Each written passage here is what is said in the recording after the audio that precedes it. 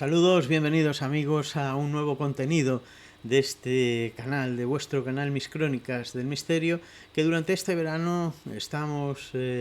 compartiendo con unos formatos que fueron los que iniciaron el canal, estos vídeos cortos en los que no por ser cortos no se profundiza, pero tratamos temas interesantes, sobre todo ilustrados con casos que son lo más interesante casi siempre, la forma más fácil y más potente de mostrar los temas que en este programa tratamos siempre. Bienvenidos, muchas gracias porque desde luego los resultados de y la acogida que han tenido estos contenidos ha sido fabulosa. YouTube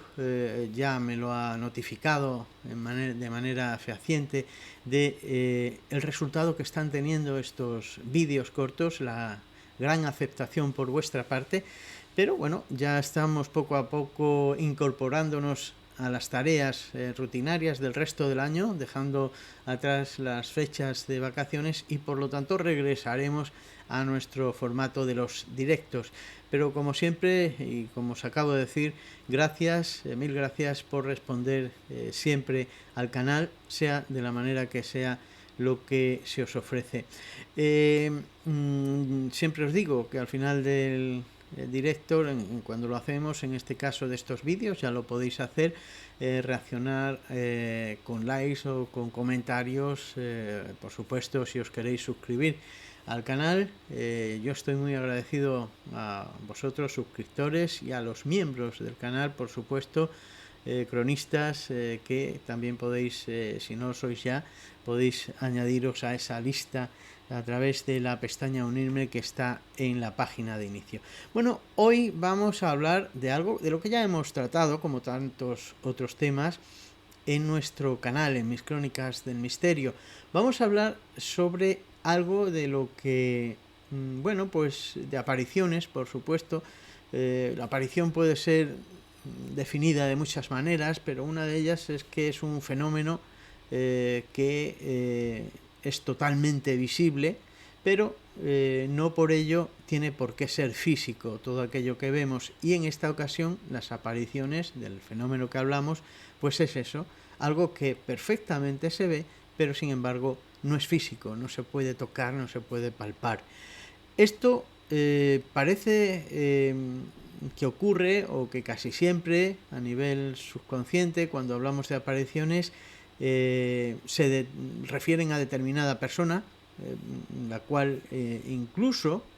porque casi siempre hablamos de fantasmas, de seres, personas que han fallecido y su esencia, digamos, se nos manifiesta en el mundo de los vivos, como si no hubieran marchado nunca o como si regresaran. Pero también pueden ser de personas vivas. A veces ocurrirá que veamos a alguien vivo a quien no conocemos y por lo tanto pensemos en fantasmas. La suposición de que todas las apariciones deben ser de muertos es algo que tiene mucho que ver con los conceptos erróneos derivados de la palabra fantasma, en inglés ghost, que también significa, parte de duende o de espíritu, significa aparecido. Por lo tanto, esa relación se estrecha y se da por hecho que un aparecido es un fantasma. Bueno, pues como digo, no tiene por qué ser así. Ocurrirá que alguna vez veamos, o pueda haber ocurrido en los anales de la historia de las apariciones, que se hayan visto a personas vivas, pero al no reconocerlas se piense que son la figura, la presencia de alguien fallecido, de alguien que ya se marchó. Pero podemos llamar a eso aparición post-mortem, pero perfectamente está estudiado este fenómeno por parte de la parapsicología. Pero también existen esos otros en los que casos de apariciones de personas vivas que sí son reconocidas por las personas que lo presencian, que lo ven, y estos son los casos de seres humanos vivientes que se aparecen a alguien. Entonces tenemos la auténtica materialización de lo que podríamos llamar el doble de esa persona que se aparece. Veamos, ya para empezar, de los dos que vamos a tratar, el primer caso, un caso totalmente documentado, verídico, que está archivado en la Universidad de Duke, conocido como el caso 36. Se trata, y ahora veremos por qué se lo llamó así, se trata del suceso de un ciudadano llamado Wilmont de apellido, S.R. Wilmont, cruzaba el Atlántico a bordo de una embarcación, iba de regreso a su país, le acompañaba un amigo, W.J. Wade, que era precisamente la persona con la que compartía el camarote. Pues bien, este hombre, Wilmont, ya casi antes de despertar, al amanecer, tuvo un sueño muy profundo, un sueño muy vívido, en el que comenzó a vivir un sueño grato, muy bello, en el que vio a su mujer que se acercaba a la puerta del camarote, abrió la puerta, se encontró en un principio sorprendida al ver que estaba acompañado su marido, ya digo que compartía el camarote, en una cama de al lado estaba este amigo suyo, Wade, y después de esa primera sorpresa, algo imposible, era un sueño, puesto que la esposa la dejó en casa en Estados Unidos cuando él partió en aquel viaje largo, prolongado, y en su regreso es cuando vive este sueño, este episodio onírico en el que ve a su mujer entrar en el camarote, se dirige, después de esa primera sorpresa, se dirige hacia la cama de su esposo, se inclina sobre él, le besa, le hace unas caricias, y allí pareció, acabar el sueño, porque Wilmont, que después de vivir esto que parecía tan real, pero que él sabía y tenía conciencia de que era un sueño, un grato sueño, abre los ojos y se encuentra, pues a su amigo, que está en el otro camastro, había estado ahí durmiendo, le tiene reclinado sobre él, observándole con tono burlón, con un tono humorístico, esperando que abriera los ojos para meterse un poco con él, bromear con él. ¿Por qué? Porque le dice que qué suerte había tenido con la visita de una hermosa joven, una visitante bellísima, que había entrado en el camarote, se había reclinado sobre él y le había besado. Él enseguida le preguntó a su amigo que le explicara con palabras cómo había sido aquello, porque para él, y de hecho, así consta en el estudio, en la investigación, había sido un sueño. Entonces, su amigo le relata con toda clase de detalles cómo era aquella mujer, lo que había visto mientras estaba él postrado en la cama. Su descripción concordaba con ese sueño, con el sueño de Wilmont, y que el camarote era el 36, todo tal y como él lo había soñado, y esto se recoge precisamente en los archivos de esta universidad, precisamente en el diario de la Sociedad Psíquica de Estudios Psíquicos de Duke, de la universidad, en 1945. Tal y como él había vivido aquel sueño, lo titulan El caso del camarote número 36, y ahí queda la historia. Una historia que podríamos decir, un sueño es visto también por otra persona que está despierta, pero no termina ahí la historia, porque al llegar Mr. Wilmont, este hombre que había tenido aquel bello sueño de ver a su esposa en la embarcación elegantemente vestida, y que se acerca hasta él, se inclina para darle un beso, una caricia leve en la cara, en el rostro, y después desaparece, es visto por su compañero, como acabamos de decir, pero la historia no termina allí, porque al llegar Wilmont a su casa, la primera pregunta que su esposa le hace es que si la vio, cuando le visitó el martes, concretamente, habla de la fecha y todo, hacía una semana, en el camarote número 36 de aquel barco. El esposo no quiso aceptar el hecho de que esto hubiera sido así, porque para él había sido un sueño, tenía muy claro que había sido un sueño, sí estaba un poco sorprendido por lo que le había contado con todo detalle de lo que había sido la visita de aquella mujer, de su mujer, aunque el amigo no la reconocía como su mujer, y exigió más detalles a su esposa, quiso que la descripción fuese todavía más pormenorizada para comprobar lo que había ocurrido. Y ella describió con todo lujo de detalles cómo era aquel camarote. Hizo también una mención del acompañante que estaba con él, algo que no tenía por qué conocer, y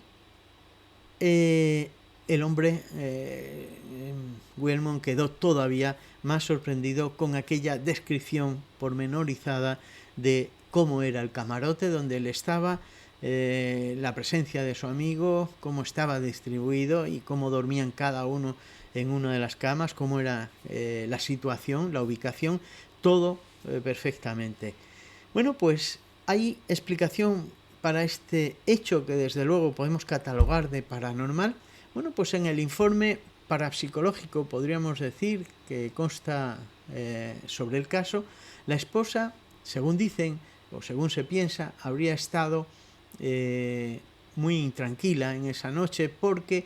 los boletines meteorológicos hablaban del mal tiempo que afectaba precisamente en el Atlántico, más aún el barco África, que era en el que viajaba él, en el cual navegaba su esposo. Bueno, pues se decía que estaba atravesando precisamente ese lugar en esa noche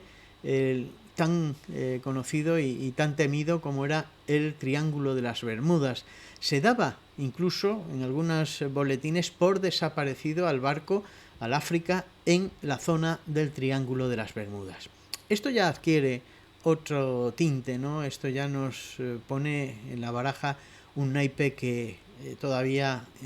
pone más misterio al asunto. Bueno, pues esto la desveló, parece ser, en esa noche, la preocupación, y tuvo la impresión de que salía de su casa y visitaba a su marido a bordo del barco. Para ella fue una impresión, un viaje, podríamos decir astral, extraño, misterioso, pero hay parapsicólogos que opinan que solo se trató de una experiencia de sugestión, una experiencia telepática, en este caso una telebulia, que se llama el fenómeno, por la unión sentimental que existía entre ambas personas, entre la pareja. Bueno, pero hay un tercer testigo, está White. ¿Qué ocurrió? ¿Por qué él también ve esa escena, que había visto a una mujer, aunque fuera solo su silueta y que era bella, no percibió que era su mujer, la mujer de su compañero, pero también ve la misma escena? Bueno, pues se dice que puede ser por contagio. A veces en parapsicología, en el misterio, los sucesos que se narran y que se intentan explicar, las explicaciones a veces son más complicadas que la admisión de que esto es un fenómeno extraño, no sabemos de qué se trata, pero ocurre. Y a veces la explicación más directa, perdón, más... la primera que nos llega a la cabeza puede ser la más valiosa. Pero hay otros parapsicólogos que dicen que se trata realmente en estos casos, o en este en concreto, de un drama aparicional. Un drama que se representa por los niveles medios de los esposos, en ambos, de sus sentimientos, de sus profundos, percepción, la profunda percepción que puedan tener de un problema, de una preocupación, y que esto les une en un momento. En ese caso se mostraría una realidad completa, pero entregando mentalmente, incluso, mentalmente entre comillas, incluso el tercer testigo, que también es, digamos, contagiado o comunicado por estos sucesos tan vívidos o tan intensos entre dos mentes. Bueno, yo, como digo, a veces es más complicado lo que se intenta explicar que aceptar que no sabemos qué es lo que ocurrió, pero que ocurren estos hechos. La realidad es a veces mucho menos complicada. Para la mayoría de los investigadores, lo que ocurrió allí se trató simple y llanamente de una bilocación, o sea, del poder, de la posibilidad extraordinaria de que una persona esté en dos lugares, el don de la ubicuidad que se hablaba en los santos. Esa bilocación hizo que esa mujer pudiera estar, por su intenso sentimiento y preocupación hacia su marido, pudiera estar en dos lugares. Y ahí ya sí se puede explicar perfectamente, dentro del misterio, que el acompañante viera también a la esposa que realmente se aparece delante de su marido. Veamos otro caso. Y para ello nos vamos al verano de 1955. Un irlandés llamado Erson Gorik, en visita, decidió visitar Noruega para, bueno, intentar la posibilidad de comerciar con unas porcelanas, unos artículos de porcelana de su país, intentar potenciar digamos, la exportación y la comercialización en Noruega. Y este hombre, que tenía 55 años, negociante además adinerado, con buenas perspectivas, el señor Gorik había visitado muchas ciudades, había viajado por muchos países y durante varios años, al llegar el verano, había tenido la intención de visitar por primera vez la tierra de los fiordos, Noruega, y de las corrientes de agua fría tan conocidas. Bueno, pero siempre había interferido algo en sus planes que se lo había impedido, y en esta ocasión estaba decidido a hacerlo y así lo cumplió. En el mes de julio, por fin, se plantó en Oslo, preguntó cuál era el mejor hotel y tomó un taxi que le llevó al establecimiento, a este hotel que le habían recomendado. Cuando estaba inscribiéndose en la recepción, en el registro del hotel, el recepcionista le dijo, con la más amable de sus sonrisas, le dijo: "Nos es muy grato verle de nuevo por aquí, señor Gorik, agradecemos mucho su visita", y se le quedó mirando fijamente al negociante, al comerciante, porque verdaderamente parecía reconocerle. Sin embargo, le causó mucha extrañeza a este hombre, a este visitante que por primera vez iba a Noruega, y le dijo, precisamente aclarándole, pero si es la primera vez que vengo a esta ciudad, usted sin duda me está confundiendo pues con alguna otra persona que tenga físicamente mis rasgos, pero es imposible, yo aquí nunca he estado. El recepcionista se puso muy serio, denegando con un movimiento de cabeza. Usted, le dijo, acabará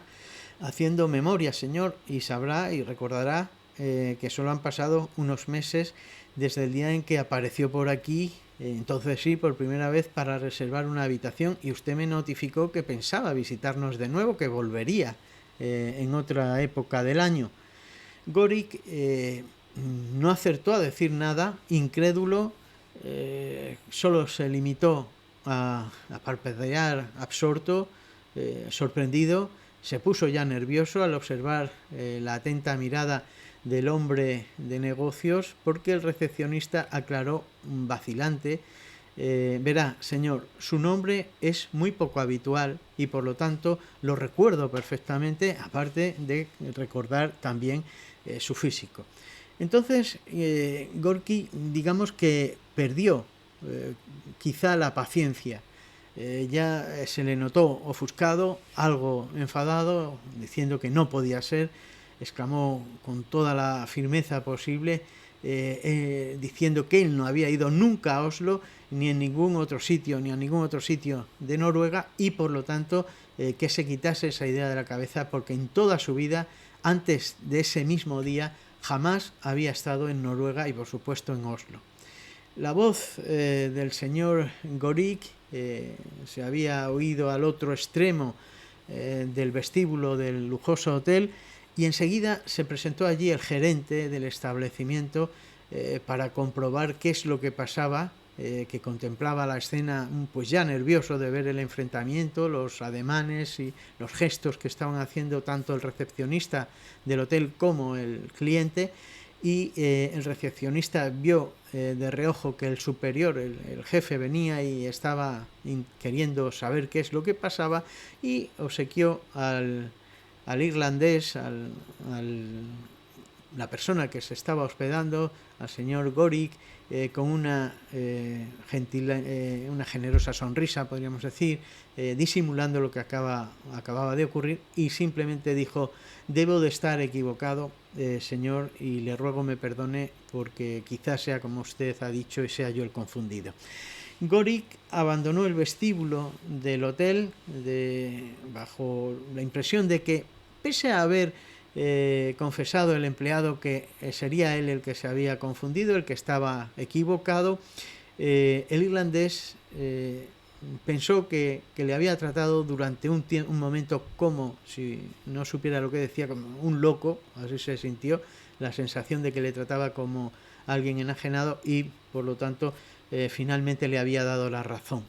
Bueno, pues después de esa, digamos, extraña situación, el hombre dejó sus cosas en la habitación y se fue hacia uno de los mayoristas, a la tienda de uno de los mayoristas al que quería vender precisamente las porcelanas, ese género que él tenía intención de exportar a Noruega también. Y se encontró allí al señor Olsen, que era el dueño del establecimiento, un individuo de cabellos blancos, con un aire de persona noble, y además muy afectuoso, con una pretendida acogida generosa a este hombre. Se encontró alguien muy afable, y Olsen abandonó la mesa en la que estaba para ir a saludarle efusivamente, dándole la mano al visitante, y enseguida Gorik se sintió bien acogido, extrañamente, porque una persona desconocida tampoco venía a cuento tanta cordialidad, tanta simpatía. Y Olsen, el dueño del establecimiento, de la tienda, le dijo: me parece magnífico que haya usted vuelto por aquí, que haya vuelto a venir, señor Gorik. La última vez que nos vimos llevaba usted tanta prisa que no pudimos apenas hablar ni ultimar los detalles de nuestro negocio. Verdaderamente esto ya pasaba de castaño oscuro, como se suele decir, porque asombrado, pero ya casi al borde del paroxismo de no saber dónde se encontraba y por qué estaba ocurriendo todo aquello, sin argumentos que oponer a aquellas palabras que pronunciaba ahora el propietario de una tienda a la que por primera vez él iba y ya había tenido el episodio del hotel, Gorik se derrumbó en un sillón y dijo: dígame, contestó con voz débil, ¿cuándo estuve yo aquí? Bueno, Olsen, el dueño de la tienda, le dijo: pues hace unos meses, muy pocos meses. Él solo pudo soltar un suspiro de resignación. Gorik se dejó llevar ya por la situación, apeló a la comprensión del comerciante de noruego y alegó que no había estado nunca jamás en Noruega, jamás por supuesto en Oslo, y que podía demostrarlo con su pasaporte y con distintos documentos que él no había estado allí. Sin embargo, también le comentó lo que le había ocurrido en el hotel, y aquel hombre, el dueño de la tienda, sin duda le dijo que esas cosas son posibles, que podría haber hecho un viaje astral, podría haber sido, si no, una bilocación de lo que hablábamos antes, ese don de la ubicuidad, de poder estar en dos lugares al mismo tiempo, sin percibir, sin saber que había sido así. Sin embargo, este suceso le quedó marcado para siempre al irlandés, a este comerciante de porcelanas, que jamás olvidaría ese suceso que no se volvió a repetir en la vida, que después de sus sucesivas visitas a Noruega y a otros países jamás le ocurrió. Pero ahí tenemos como en un día, en una fecha concreta, en dos lugares distintos dentro de Oslo, de la misma ciudad, dos personas dijeron haberle reconocido como, por su nombre, por sus datos, por su fisonomía, de haber estado con ellos y haber hablado con ellos, interactuado con ellos. Fijaos, el tendero, el comerciante, ya de por sí le dijo que la negociación que estaban haciendo antes, en la anterior vez que se habían visto, no se pudo ultimar, con lo cual le estaba dando detalles sin haberse presentado, sin haber dicho quién era ni a qué se dedicaba. Ya la otra persona sí que sabía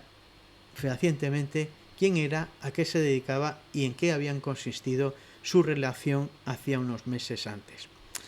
Estamos, como siempre, delante de una realidad extraña, misteriosa. Podríamos decir que nos deja con muchas reflexiones, con muchas preguntas, pocas respuestas, solo posibilidades.